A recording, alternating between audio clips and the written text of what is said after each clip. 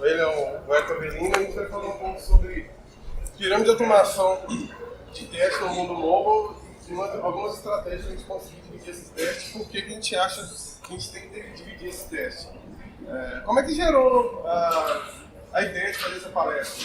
A gente frequenta vários eventos, a gente é palestrante, eu particularmente sou criador de um evento de Meetup assim, e eu sempre vejo em diversos eventos de teste a pirâmide, um slide da pirâmide, mas eu nunca vejo ninguém que discute um pouco do tipo, pega uma feature e como é que você divide isso na pirâmide. A gente, por natureza de QA, a gente começa a automatizar mais a camada de UI e fica com esse mindset, e a gente vai tentar gerar algum debate aqui, que a gente vai entender um pouco o porquê que a gente acha que é efetivo dividir esses testes. Então, repetindo, meu nome é Federico Moreira, sou QA Manager lá na Concrete. Eu sou um mineiro, morando em São Paulo 1 ano e meio mais ou menos. Eu sou um dos criadores do MTC, que é um evento de teste lá em Minas, e criei um meetup lá também que chama Café Teste Pão de Queijo. Acho que sobre mim é só isso, não vivo sem uma pinguinha, um torresmo como um bom mineiro, né? Meu nome é Hector Avelino, eu sou líder de capítulo na Concrete, do capítulo de QA. Estou no mundo de qualidade tem 2 anos, eu era dev back-end antes. Acabei entrando nesse mundão de testes e estamos aí. É só um sumário rápido que a gente vai tratar um pouco dos assuntos que a gente vai falar, mas a ideia aqui é que a gente vai tentar fazer uma interação desde o nascimento de uma feature lá no Refine, lá antes da Plane, quando está surgindo a ideia, até uma entrega em produção. Então a gente vai tentar simular esse fluxo tudo com um aplicativo mobile e tentando mostrar para vocês como a gente divide esse teste na pirâmide. Só para criar um contexto, quem trabalha com mobile, web, QA, SCM, PO, bacana. E o resto? Web? Show. Bacana. Tem algum DevOps, curiosidade? Alguém da área de negócio, PO, voltado mais para PMO assim? Não? Show. Aí? Beleza? Vamos lá. A gente vai começar com uma história. Eu, como usuário, gostaria de fazer busca de filmes para criar uma lista de filmes favoritos. É uma história bem simples. Vocês olhando essa história, vocês acham que é o suficiente para desenvolvê-la? Vocês têm algum questionamento, alguma dúvida? Só olhando para essa história, por mais simples que ela seja?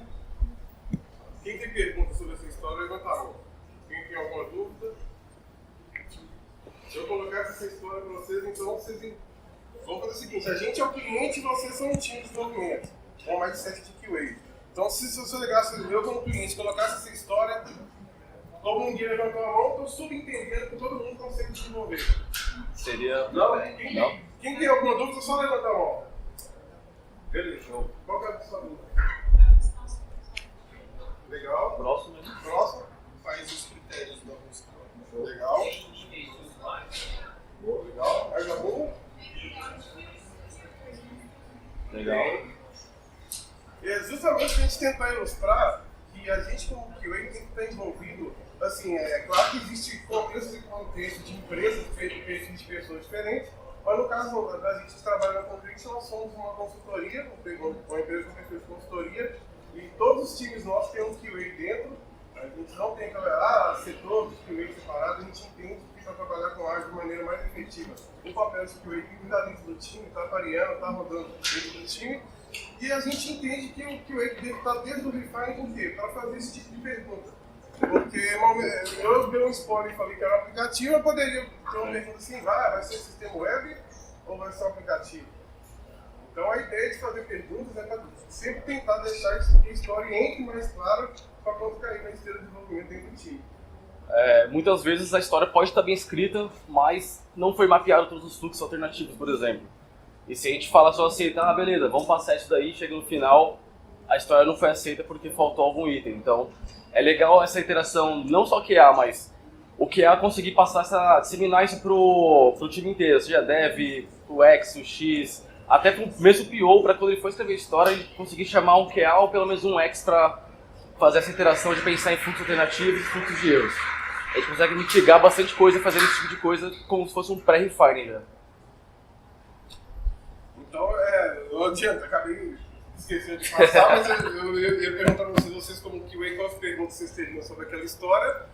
Mas para a gente fechar um pouco o escopo, a gente poderia pegar uma feature dessa e ficar discutindo o resto da tarde, mas só para limitar um pouco do escopo, a gente definiu esses critérios que a gente vai trabalhar durante a palestra. Então, essa interação não iremos tratar nenhum requisito de segurança. Então, eu vou mostrar um aplicativo que não tem login, só para tentar exemplificar, que fica mais fácil para não entender. Deve conter uma maneira de buscar filmes por título. Então, você tem que ter uma opção de digitar o nome do filme para ele ser retornado. E também você pode combinar com o ano. Se você colocar só Batman, por exemplo, pode vir uns 3 Batman, você coloca Batman 2007, tem só 2007. Deve existir a maneira de favoritar o filme encontrado, então por mais que tenha um ou mais filmes que vão aparecer, você tem que ter a opção de favoritar para você criar sua lista de favoritos. Deve conseguir visualizar detalhes do filme, você achou o Batman, você vê o autor, o gênero, se ganhou o Oscar ou não. A gente definiu que a gente teve que utilizar uma API pública, a gente escolheu essa MDB e a gente fez contou com a ajuda de alguns devs para fazer um aplicativo tanto Android quanto iOS consumindo essa API. E como eu falei no começo, não tem requisito de segurança, então a gente não vai se preocupar com o login desse aplicativo. Com base nesses critérios, a gente elenca alguns cenários. Só para voltar um pouco, alguém trabalha com Cucumber, faz classificação, por exemplo? Conhece? Já trabalharam com alguma coisa? Gauge? Tá. Bora lá. A gente elenca alguns cenários, algumas features na verdade, que tem cenários delas, e com base nos critérios. A gente quer passar para vocês um pouco das boas práticas que existe. Passa um pouquinho, fecha. Aqui a gente tem a feature de busca e a gente tem um cenário onde o usuário consegue realizar uma busca tranquilo, sem colocar nenhum critério de aceite a mais aqui para definir o que ele tem que fazer por nome, por ano. Então deixou em uma coisa bem macro, que é dado que estou na home, quando realizo a busca de um filme, então devo visualizar o resultado da busca. O que a gente vê muito no mercado e em alguns lugares é a galera que se prende em elemento de tela, por exemplo, botões, tabs, se prende a textos na tela, e isso é um problema, porque a feature que você está escrevendo deve ser independente da implementação. Se você tiver que mudar a feature, tem alguma coisa errada. Porque, eu vou automatizar agora, só que mudou o botão, não é mais um botão, é um switch. E você viu que a sua feature faz um switch para ativar alguma coisa. Então a gente está tendo um retrabalho. A ideia é que você não se prenda no meio de tela e deixe ela uma visão macro, para que qualquer pessoa de negócio consiga olhar e falar, entendo o que essa funcionalidade está fazendo, para gerar valor. A gente pensa em boas práticas quando escreve cenário. Para tentar ser um pouco mais claro, imagina um cenário de login, num site que tem usuário e senha, você vai fazer o login. Você poderia escrever assim, dado que estou na home, quando eu clico no campo de login e preencho o login correto, e clico no botão de senha e preencho a senha, e clico no botão login, então o login é efetuado com sucesso. Quando a gente tem esse tipo de abordagem, se for automatizar usando qualquer framework que te dá suporte a BDD, por exemplo, no caso a gente está usando o Cucumber, válido, vai funcionar? Vai. Mas imagine que na próxima sprint o cliente fala assim, vamos dar uma mudada nesse login? Agora a gente vai logar só pegando via LinkedIn, via Facebook e via Google. Que onde você já tem o login, você só clica na sua foto e é feito o login.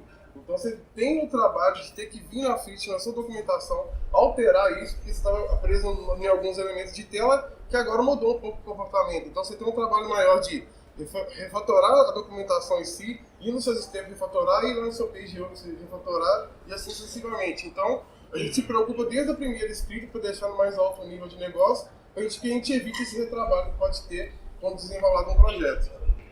Até porque o login ainda continua sendo feito, só que de outra forma.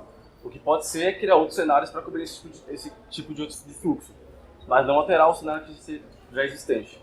A gente colocou esse exemplo, colocou esse segundo dado que realizei uma busca de um filme, quando eu favorito um filme, então esse filme é adicionado na lista de favoritos. Então assim, a gente tentou escrever de um mais alto nível de negócio para que qualquer pessoa, técnica ou não, consiga ler e entender o comportamento daquela funcionalidade.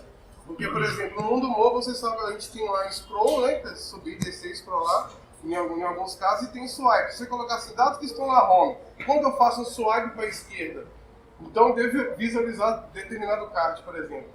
E chega alguém de negócio, chega o UX, por exemplo, o cara sabe o que é um swipe, sabe o que é um scroll.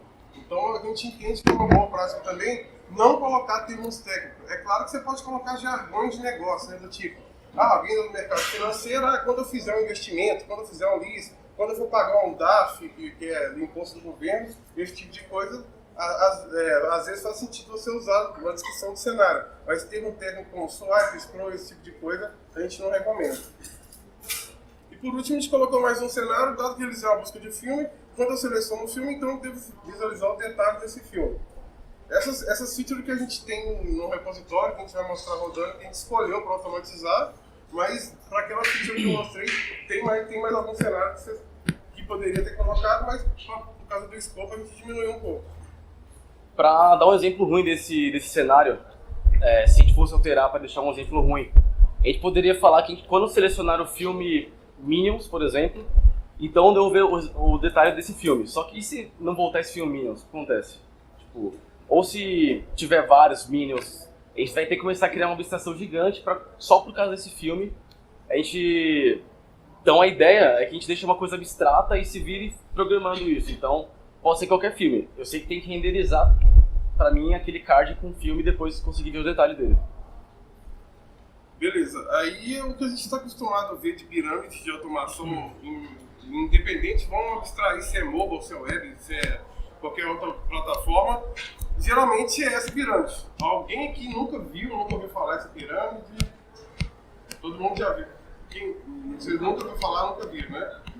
É uma pirâmide tradicional de automação de teste, que é dividida nesses níveis de unidade, serviço e UI, que seria a camada visual, e ainda no topo ainda tem teste manual, que não é só porque a gente vive essa onda de agile, de transformação digital, transformação ágil, que a gente deixa de fazer teste manual, claro, com um escopo um pouco diferente, que a gente chama de teste exploratório, e tem técnicas para isso, mas a gente não pode negligenciar tipo, teste manual, até por exemplo, para dar um exemplo de teste exploratório, sei lá, você pega uma funcionalidade e olha como ela se comporta, por exemplo, iOS e Android, que tem particularidade diferente. Se for um sistema web, essa funcionalidade está funcionando no Chrome igualzinho no Firefox, por exemplo. Então é esse tipo de coisa que a gente deixa mais para fazer manualmente. Mais insight também é quando você já começa a ter um know-how um pouco maior e você começa, vou pegar um campo de CPF, pô, tá deixando colocar letra. CPF não tem letra. É mais essas coisinhas que você vai pegando essas nuances pelo caminho que você vai trabalhando. Então a gente trouxe aqui a nossa visão, coisas que a gente aplica no dia a dia lá na Complete, dentro do mundo mobile, refletindo essa pirâmide. Então eu vou falar a parte da maçã mordida ali, deixa o Edson falar outra parte. Então é o seguinte, quando a gente trabalha no mundo mobile, muitas vezes teste unitário é meio que negligenciado, né? Porque por natureza a gente não trata tanta regra de negócio no aplicativo. Geralmente com o aplicativo as regras de negócio ficam no back-end. Mas o porquê disso, que é bem comum ver isso? Vocês concordam comigo que a limitação de hardware de um aparelho é muito maior do que um servidor. Então um servidor tem muito mais capacidade de processamento, de memória, processador. Por isso que as regras de negócio no mundo mobile geralmente estão no back-end ali. Mas você consegue, em alguns casos, testar unitariamente também. Por exemplo, nesse caso do filme, você pode ter quando você vem da API o resultado de um filme, você tem um objeto que você passa para um método que vai renderizar isso lá no aplicativo. Então você pode fazer um teste unitário desse método e está renderizando do jeito que você queria. Então lá no mundo iOS a gente usa o Nimble e o Kik para fazer esse tipo de teste. Subindo um pouco, vamos chamar na camada de serviço, mas aqui está justamente uma seta mostrando que esse tipo de teste instrumentado está entre o serviço e o unitário. Alguém aqui faz teste instrumentado com Kik para a plataforma iOS? E o que a gente define como, vamos falar assim, um conceito de teste instrumentado? A gente entende que o conceito de teste instrumentado, vamos falar assim, é um teste que respeita o ciclo de vida de uma activity no mundo Android ou de uma view controller no mundo iOS. Então, por exemplo, você pode ter um cadastro de 3 etapas, por exemplo. Primeiro foi nome, CPF, identidade e telefone. No segundo você põe endereço e no terceiro estágio você põe outras informações desse cadastro. Então a gente entende que nessa primeira tela de cadastro, a gente joga no instrumentado justamente o comportamento de uma única tela. Que a gente tem um tempo menor de execução disso, a gente consegue subir isso no emulador num device físico com um custo menor de execução do que testes na camada de UI que a gente utiliza pela baixa ou APA para isso. Então, para esse tipo de teste no mundo iOS, é bem comum as pessoas usarem o Kif. A gente vai colocar telas aqui que a gente vai conseguir entender melhor o que seria um teste instrumentado. Se eu não me engano, ele também, eles são like BDD, né? Se não me engano. O Nimble. Então você consegue criar como se fosse, para quem conhece o Ruby, o RSpec, por exemplo. Você consegue ter o contexto, ter os seus hits ali, você consegue separar legalzinho, para que talvez uma pessoa que não entende tanto de código consiga ler e entender o que aquele teste vai fazer. Bom, a parte do Android, o robozinho verde, a parte de teste unitário tem o cara do JUnit, que é Javão muito conhecido. Tem também o AssertJ, e esse cara que é e o Google chama isso de teste local. Até aí, acho que você não falou essa parte de que eles tratam isso, mas isso é uma coisa particular deles, mas não sei se eu assisto tão bem. A parte de teste instrumentado, igual a gente falou aqui, está separado como teste de unidade, um teste unitário e um teste de serviço ali. Só que pensa que esse teste instrumentado ele está testando, validando uma interação de uma tela. Se tudo que você fez naquela determinada tela de cadastro, por exemplo, está respeitando o que seria a regra de negócio. Talvez essa pirâmide ficaria melhor se a gente quebrasse esse cara aqui, ó, em mais uma etapa, para deixar só esse cara separado. Talvez o entendimento ficaria melhor. E para a gente fazer esses testes usando o Calabash Appium e o teste manual. O Calabash que logo mais vai morrer. Beleza, então a gente pegou duas telas do aplicativo, a gente colocar aqui, que a gente vai tentar deixar da maneira mais clara o que seria, o que a gente testaria com o Calabash, com o Appium, por exemplo, e o que a gente testaria no instrumentado. Esse slide aqui não existir, foi até um feedback que a gente ganhou, porque a gente falou, mas perguntaram, beleza, mas como que a gente vai diferenciar, o que a gente vai colocar com o instrumentado, o que vai ser teste funcional, como funciona. A ideia desse slide aqui é conseguir fazer com que vocês também consigam ter esse mindset de, você parece um teste instrumentado e esse cara vai ser um teste funcional. O que a gente faz de boa prática na Complete é quando a gente pega uma feature, antes de começar a desenvolver, a gente fecha o olho, concentra e fala, vai descer uma luz divina, eu vou escrever o cenário.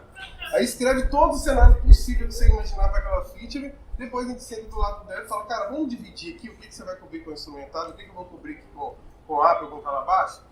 Por que a gente preza muito por isso? E naturalmente, a gente quando trabalha com QA, a gente trabalha muito na camada de UI, né? Então a gente começa, quando a gente começou, eu pelo menos, eu comecei a automatizar teste, eu não vou revelar a minha idade, mas lá em 2007, quando eu comecei minha carreira, aí eu descobri Java com Selenium WebDrive. Eu falei, cara, isso é vida, tal, isso é bem legal.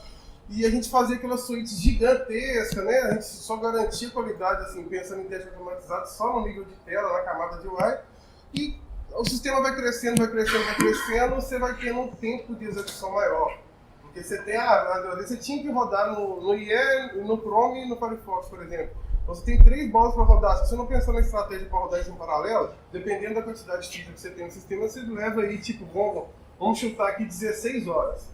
E a gente trabalhando nessa onda de ágil, então você corrige algum bug, você quer dar um deploy de uma nova versão, você vai esperar 16 horas dos seus testes passar para você conseguir fazer uma publicação em produção. Para onde a gente trabalha no mundo de consultoria, isso não é aceito. Então, no mundo web, a gente costuma dividir esses testes que estão lá no Selenium, Capybara ou qualquer outro framework de automação de UI, a gente costuma dividir isso em unitário e de API. Então, o que a gente fez?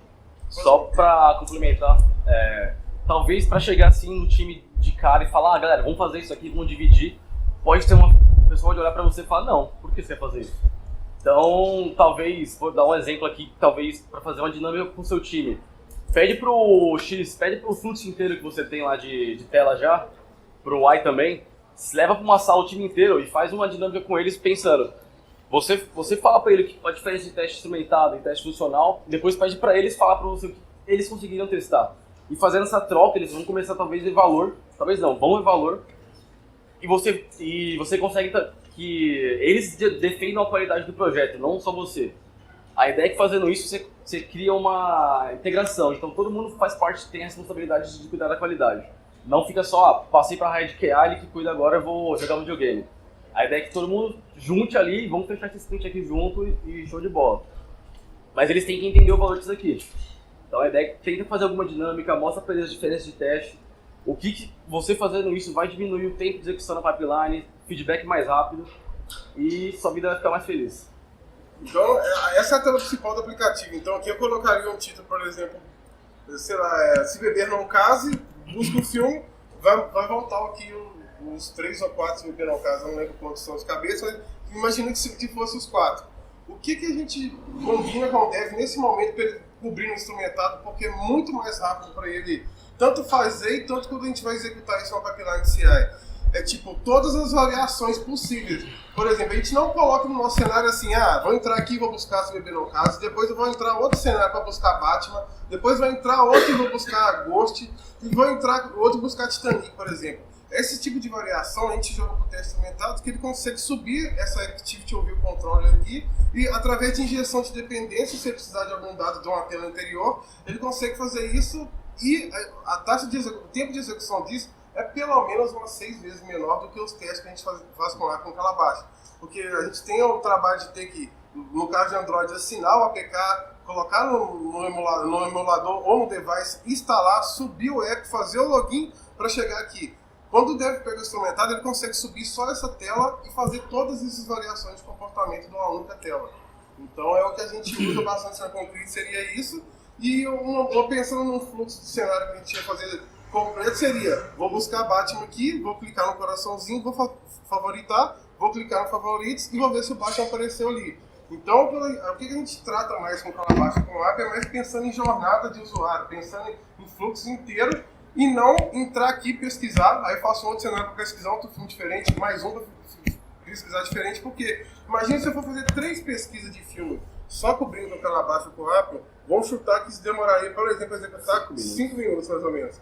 Com o instrumentado, o cara poderia fazer 50 buscas diferentes aqui, que não ia passar de 1 minuto, com certeza. Então você vai pegando cada ponto desse, somando, numa pipeline com execução de diferentes níveis, isso faz muita diferença no tempo. O dev conseguiria também testar se o tipo de lista que ele está usando aqui é uma lista correta para aguentar, sei lá, 1000 filmes. Tem algumas listas aí, tipo, para Android mesmo, que ela aguenta até 1000 e depois ela começa a ficar lenta. Então, tipo, ele consegue renderizar 1000, testar aqui rapidinho. Teste funcional, você tem que ter o contexto do app, bate no API, ou tá mocado, ou tá batendo mesmo um ambiente de homologação. Então tem o request response da API para falar, você tá logado, agora você vai pesquisar. Request response do filme. Então, a gente ganha muita produtividade aqui e até a gente acaba fazendo um pagamento com o dev. Então, ele começa a ganhar um mindset, puta, vamos testar isso aqui, vamos testar aquilo. Não só para diferenciar teste instrumentado e teste funcional, até para teste unitário mesmo. Talvez ele vai pegar lá, tô testando string ou string, fala, pô, beleza, subiu a cobertura, mas o que você está testando realmente aí?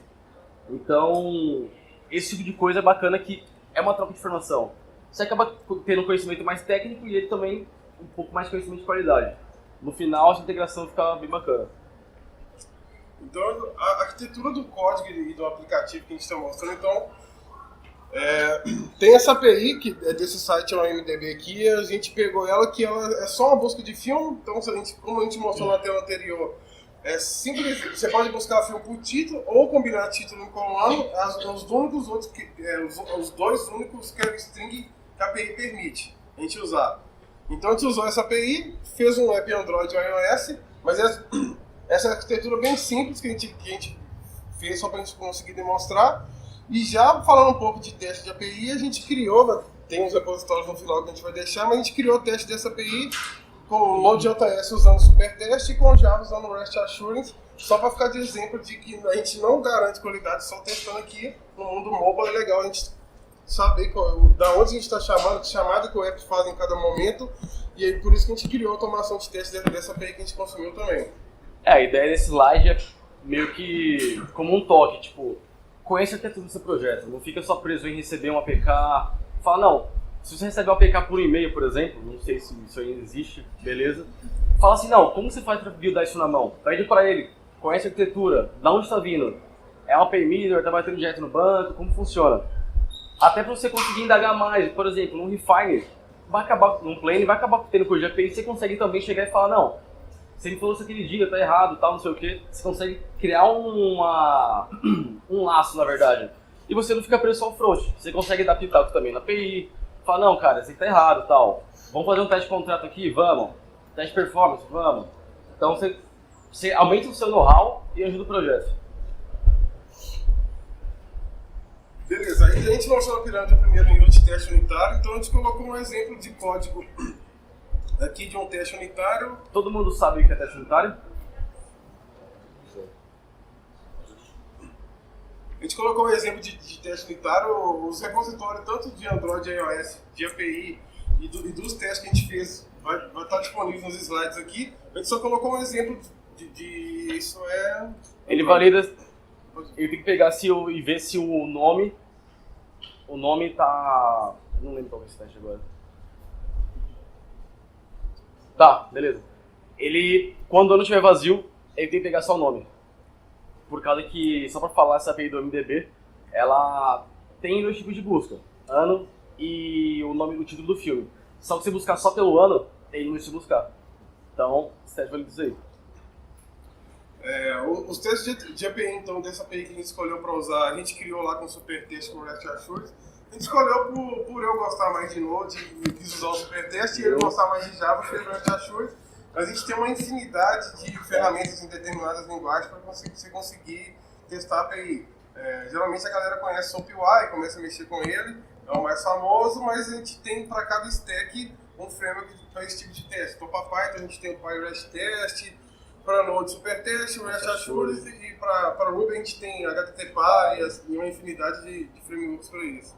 Esse cara aqui é importante também, quando vocês estão no projeto, tipo, é legal você criar os seus testes com a stack que já está sendo feita no desenvolvimento da API, por exemplo.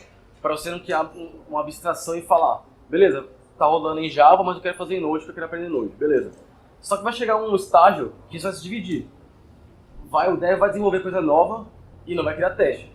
Você está ocupado fazendo outro tipo de teste. Quem vai fazer o teste? Você acaba começando a ficar gargalo, vira um gargalo, você fala, pô, e agora? Então a ideia é que você consiga criar os testes na mesma stack que está sendo feito no desenvolvimento da API.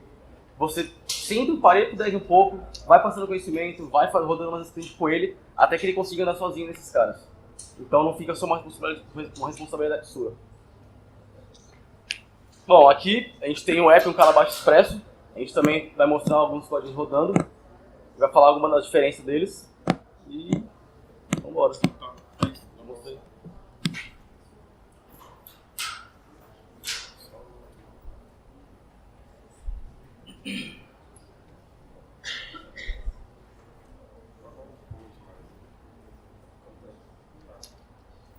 Não conseguindo enxergar? Você tá de boa?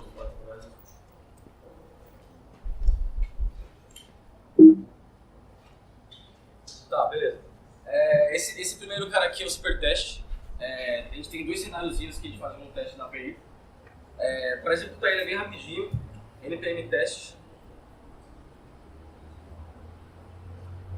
Deixa eu aumentar um pouco mais aqui pra vocês.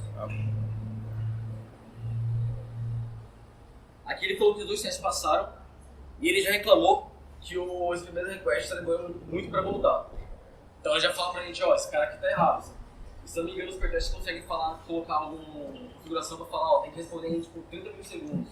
Se responder em 31, ele reclama já. Na verdade, o default dele é 100 milissegundos, então quando passa ele já grita e fala, ó, o tempo legal seria abaixo de 100 milissegundos. Só abrir. Não, só abrir. Tá no ato? Ah, você quer ver o...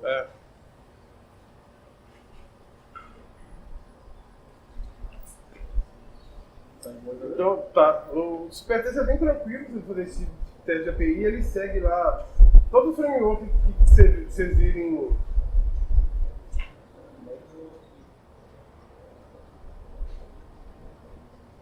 Todo framework que vocês verem essa sintaxe de describe it, isso foi herdado do RSpec de Ruby.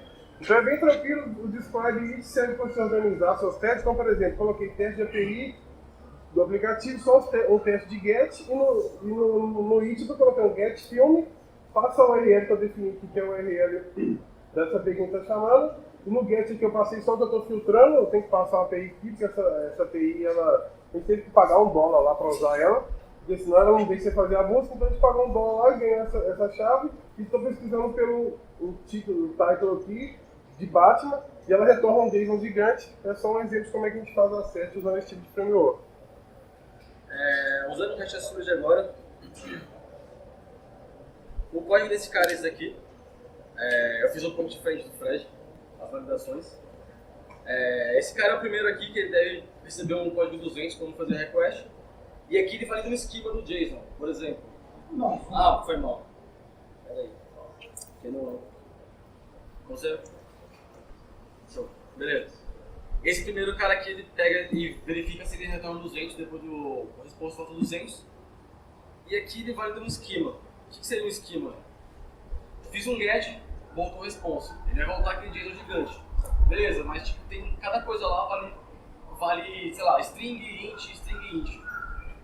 O Fred ele colocou aqui, ele validou o que voltava. Eu fiz diferente, eu validei se o tipo que está aqui é o tipo que eu espero que retorne mesmo. Então, por exemplo, se title mudar e virar int, o teste quebraria já. Só para mostrar rodando para vocês.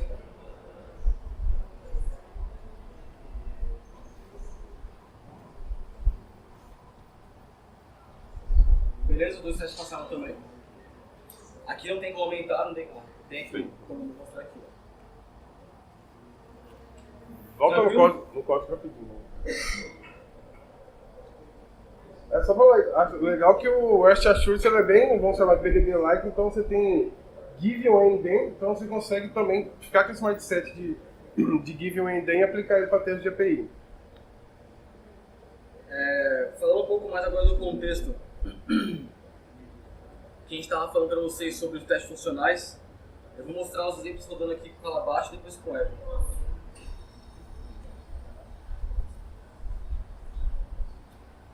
Só subir o modelo aqui. Dá um zoom nesse cara. Tá bom.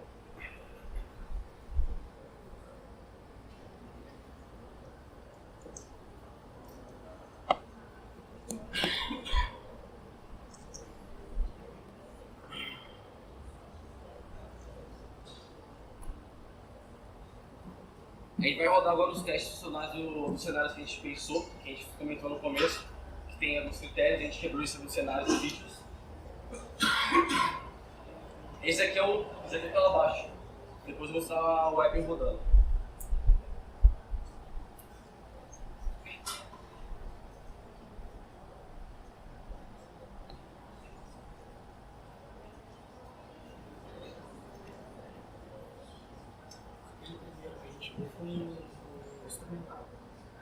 Não, aquilo foi o teste da API.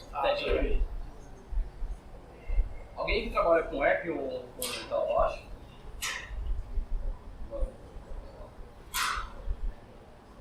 Como vocês fazem lá? Vocês fazem um projeto para cada um, coisa para todo mundo?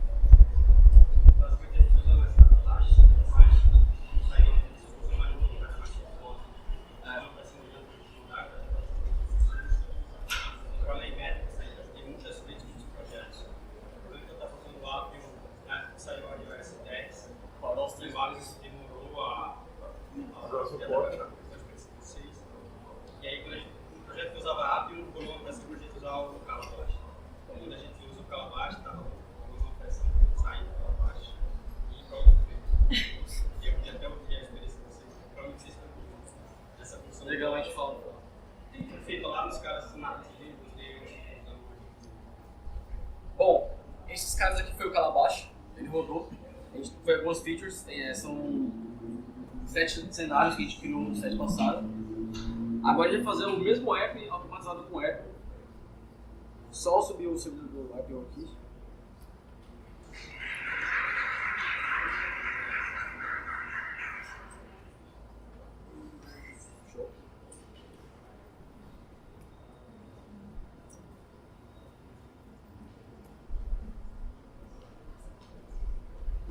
Aqui são as mesmas features, só que usando um servidor diferente. No final ele é muito parecido com várias particularidades, mas a intenção é fazer a mesma coisa. Tá. Já respondendo um pouco dessa pergunta, a gente também sofre essa pressão. Por exemplo, tem alguns projetos novos da Concrete que o cliente entra e fala: Calabash vai ser descontinuado, então eu não gostaria que vocês usassem. Então a gente está usando o app. E a maior dificuldade que a gente teve com relação a isso beleza, o app você consegue usar com Java, com Ruby, até com Clojure funcional você consegue usar. Python, mas qual linguagem você vai usar? E como a gente já veio do stack de Calabash, todo mundo já usava Calabash, então a gente optou por estar usando o Ruby, porque a gente já usava o Ruby com Calabash. Mas tem essa pressão. Apple e Ruby, A gente teve essa pressão, a gente ainda tem esse tipo de dúvida do tipo também. Como a gente é uma empresa de feito de consultoria, então eu posso ter um projeto rodando aqui usando o app com Java e o outro usando com Python. E quando eu precisar tirar um QA desse de férias para me colocar outro? Ele tem fluência em Python para ele conseguir automatizar testes? Então a gente ainda está se resolvendo, inventando e reinventando a maneira de trabalhar com isso. Ainda a gente não tem uma fórmula mágica, uma receita padrão que a gente pode sugerir como boas práticas que funciona, mas a gente está nesse embrulho, nesse impasse ainda de o que usar, porque tem gente que chega na Concrete, eu sempre automatizei teste com Java. Aí ele gostaria de usar Apple com Java, mas aí, ele tá, mas ele vai entrar num projeto que já está andando, que lá está com Ruby. E aí? Então a gente tem algumas iniciativas internas de treinamento, de coaches, esse tipo de coisa, para conseguir mitigar um pouco desses riscos. E colocando o TPM nessa conversa, lá na Invertex a gente está transformando o nosso time manual em automatizadores. Então, a gente faz todos os eu fiz meu dojo em cima de Ruby e Calabash. A diferença que a gente tem é treinar o time de Ruby é muito mais fácil do que treinar em Java. Se transformar o testador manual em automatizador em Ruby é muito mais fácil do que transformar o cara em Java, né? Então, isso também está influenciando a nossa decisão. Eu particularmente tenho, acho que isso vem um pouco de bagagem cultural também, né? Às vezes quando o cara vem totalmente de Java, é claro que quando ele pegar Ruby, ele fala, é muito menos verboso, é muito mais tranquilo, ele tem uma curva de aprendizado muito menor, mas a gente ainda tem esse embate de a Concrete é uma consultoria, então tem determinados backends que a gente pega que é em Node. E aí o cara fala, como é que eu vou testar essa API? Eu tenho que saber um pouquinho de Node. Então, a mensagem que a gente passa para todos os QA da Concrete é não se limitar nunca a uma só linguagem, nenhum framework. Então, para isso, a gente dá treinamento de diversos frameworks, de diversas linguagens, porque ele pode precisar, no próximo projeto, de usar um stack diferente. Aí, se ele tiver que entrar no projeto e ter a curva de aprendizado, aí, de repente, claro que depende de cada um, mas ele pode estar no meio do projeto e ainda está aprendendo a parada e não consegue entregar no ritmo que a gente espera. Assim. Não tem solução, tem uma única solução, né? Tem problemas que é com o ver. Porque, por exemplo, você tem muitas linguagens diferentes, a gente tem isso, você tem o reuso das coisas. Né? Se tivesse um stack mais padrão, você consegue ter um segundo. Mas, por outro lado, esse você falou. Eu também tenho isso, o cliente já usa. Hoje eu estou colocando no DevOps um cara que é todo Microsoft. Tem que ser ter Microsoft, tem que fazer. Então, vai estar num contexto bem parecido. Mostra só o código. Bom, só mostrar para vocês aqui como que funciona esse cara. Isso daqui é uma agente que a gente criou na época do que o Calabash estava forte ainda, para automatizar tanto o Android como o iOS no projeto. Esses aqui são os cenários que a gente elencou da feature de busca. São bem simples. Cada cenário desse cara aqui gera um stack pra gente.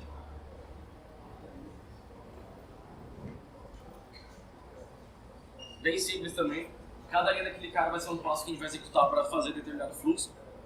E a gente tem também a nossa screen, que seria o page para web.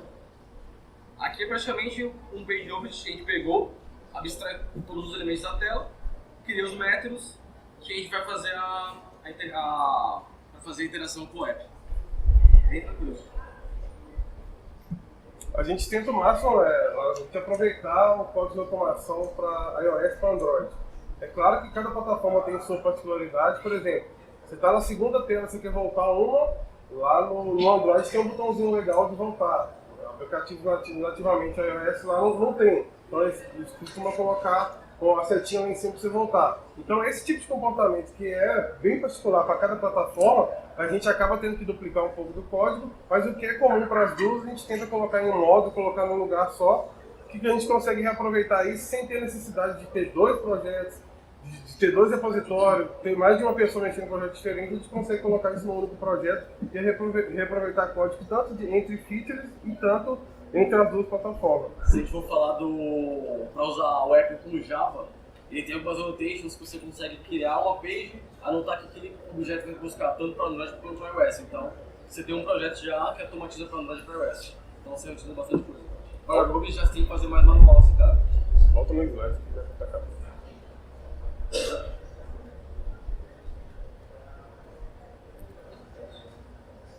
Pra gente finalizar esse papo aqui, assim, não deu tempo de mostrar todos os códigos, mas eles têm uns repositórios, vou mostrar os repositórios aqui que vocês podem consultar depois. Mas só pra gente finalizar, pensando numa pipeline que a gente julga lá na Concrete o mínimo interessante para o mundo mobile. Então teria esse primeiro estágio aqui, a gente chama de estágio commit, onde a gente, por exemplo, um dev vai lá e fez um push do código, pegar esse código e integrar no repositório, e a primeira coisa que está aqui, não está tão grande a letra, mas é fazer a análise estática do código. Então a gente tem ferramentas para cada plataforma que faz análise estática. Depois seria rodar cheque de vulnerabilidade. Então, lá para Android a gente tem um arquivo Gradle ou Maven, lá, dependendo do que estiver usando como gerenciador de dependência. A gente coloca na pipeline alguns plugins que entram em cada dependência daquela e fala, essa versão aqui tem uma vulnerabilidade de segurança. Então a gente quebra a execução da pipeline e faz o dev atualizar aquela dependência para uma versão mais segura e continua o fluxo. Uma outra coisa que a gente faz aqui, roda os testes unitários nesse estágio, roda os testes instrumentados, aí sim gera uma versão que a gente passa para o estágio de aceite aqui, onde a gente, por exemplo, a gente tem um Rock App, o Crash Leaks que a gente pode distribuir, às vezes alguém de negócio está muito ali tenso querendo ver, então depois que a gente passa desse estágio, a gente dá uma versão só para ele sentir o gostinho ali e falar, é assim que faz, assim, é isso mesmo que eu queria e tal. Mas nesse estágio a gente colocou o primeiro tópico que é rodar o teste de API. Por que a gente roda um teste de API no segundo estágio antes de rodar o teste Calabash com Atom, por exemplo? Se a API estiver fora, você vai conseguir fazer um login com o app? Não. Então a gente roda os testes de API, a gente já quebra a execução da pipeline. Não faz sentido a gente tentar rodar teste na camada de OS e quando o aplicativo for chamar o back-end, ele estiver fora. Aí pode surgir uma pergunta, mas por que você não moca a API lá na sua pipeline, para a API responder sempre mocada? Tem alguns problemas com qualquer tipo de abordagem moquista, porque eu entendo o seguinte, você pode ter mocado, vai passar seus testes ali, mas você tem que ter um teste de contrato com a API real que você está integrando. Imagina que você está fazendo um app que tem algum meio de pagamento que você chama tipo MOIP, Pagar-me e alguma outra linha de pagamento, sei lá, da Cielo. Se a API de produção de uma dessas operadoras, vamos chamar que a gente chama de adquirente, né, quebrar algum contrato, seus testes vão passar, que vai estar mocado lá, mas quando for o aplicativo real que ela vai pagar, quebrou o contrato, acaba dando crash.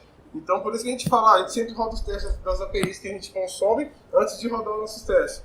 Então, indo para a linha de Android, a gente assina o APK, roda o smoke test, roda o teste de aceitação e disponibiliza o APK, o IPA lá, através dessas duas ferramentas. E a gente tem estratégia depois de usar um emulador ou usar um device para isso. A gente... uma coisa legal que a gente faz aqui é porque é o seguinte, alguém que hoje tem uma pipeline executando teste, por exemplo, em alguma ferramenta de CI com device físico, Cloud. porque a gente tem aquele detalhe, a gente tem uma infinidade de aparelhos. Se eu for colocar no começo do projeto, qual o aparelho que eu vou pedir de Android para o cliente comprar para me rodar? A gente tem essa dúvida, né? O que a gente usa de estratégia para resolver esse tipo de problema? Quando a gente coloca a primeira versão no ar, aí tem diversas ferramentas que você consegue tirar a métrica disso. Então o cara consegue olhar para a base dele e falar assim, 90% da minha base de Android usa Motorola G5 Plus, a última versão OS, não sei. Então é um forte candidato você pedir para ele comprar. Porque se você for pensar em comprar todos os aparelhos com resoluções diferentes que você colocar no CI, você acaba gastando uma grana maior e sendo, por exemplo, se você tem 1 milhão de usuários e 100 usam um mini pocket, aquele mais antigo, não vale a pena colocar um device desse no CI? Então esse tipo de coisa que a gente faz, pegar tipo métricas de cliente para saber qual o modelo de resolução do sistema operacional dos aparelhos que a gente usa para colocar nossa integração contínua. Tem também o lance de você conseguir olhar crashes em devices específicos, por exemplo. O Samsung J7, por exemplo. tipo, é chato pra caramba, mas beleza, você consegue usar, por exemplo, o Fabric, por exemplo, pra pegar esse cara e falar, pô, o nível de bug nesse cara tá alto. Bom, então a gente pega, analisa esse relatório, compra esse device e começa a fazer esse teste novo. A gente consegue fazer uma coisa bem bacana aqui. Então tem esses slides com as referências do código do aplicativo Android e iOS, dos testes com app com Calabash, dos testes das APIs. Tem algumas referências bibliográficas que a gente deixa do tipo, saber como atuar um QA no time ágil. Tem uma Agile Test e uma Agile Test, que são as bíblias de teste ágeis aí, muitos de vocês já devem ter visto e lido. Referência de boa prática de escrita de cenário, a gente coloca esses dois livros do Cucumber aqui.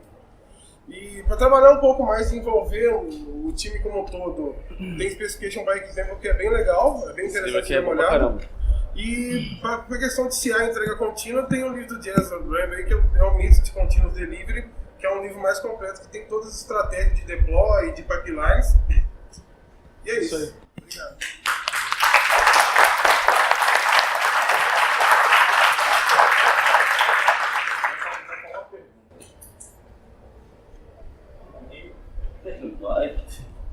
Vocês usam alguma solução do cloud, Cara, eu já usei, mas na Concrete acho que tem... Tem um projeto que usa o Device Farm da Amazon e a gente tem um... Oi? Você gosta? O pessoal que usa tem... É porque assim, vamos dizer assim, tudo que é meio que proprietário para execução de teste a gente tem que tentar medir, né? Porque tem alguns que tem um preço mais baixo, mas ele tem concorrência e tem que esperar para rodar. O que a gente tem que vamos dizer assim, que está 70% desenvolvido, a gente tem o nosso teste cloud próprio. Que a gente tem o hack com o Ruby, com o Ruby de conexão USB, que a gente pluga os dispositivos e as ferramentas de integração contínua, qualquer que seja, usa ele como escravo para rodar. Local de automação para rodar, que a gente roda tanto os testes instrumentados como vai tentar a camada de UI lá nele. Mas o único contato que a gente teve é um ou outro projeto que usa o Device Farm. Tem o Xamarin Test Cloud, tem outras opções, são semelhantes. Mas você usa? Qual a sua experiência? É uma dura. O almoço inteiro, né? Mas, cara, já testou ele, já testei Amazon, já testei Device Anywhere, já testei Test Drop, eu achei legal. De maneira. Mas a experiência que eu tenho isso no cara, chega a passar 6 vezes para o aparelho por ano. E o benefício que você tem de usar as suas especificações, você consegue fazer outras formas. E hoje eu não tenho nenhum cliente meu usando em larga escala. Tenho clientes de 100 aparelhos com device test. Cara, é um absurdo, era mais caro que somente o teste dele.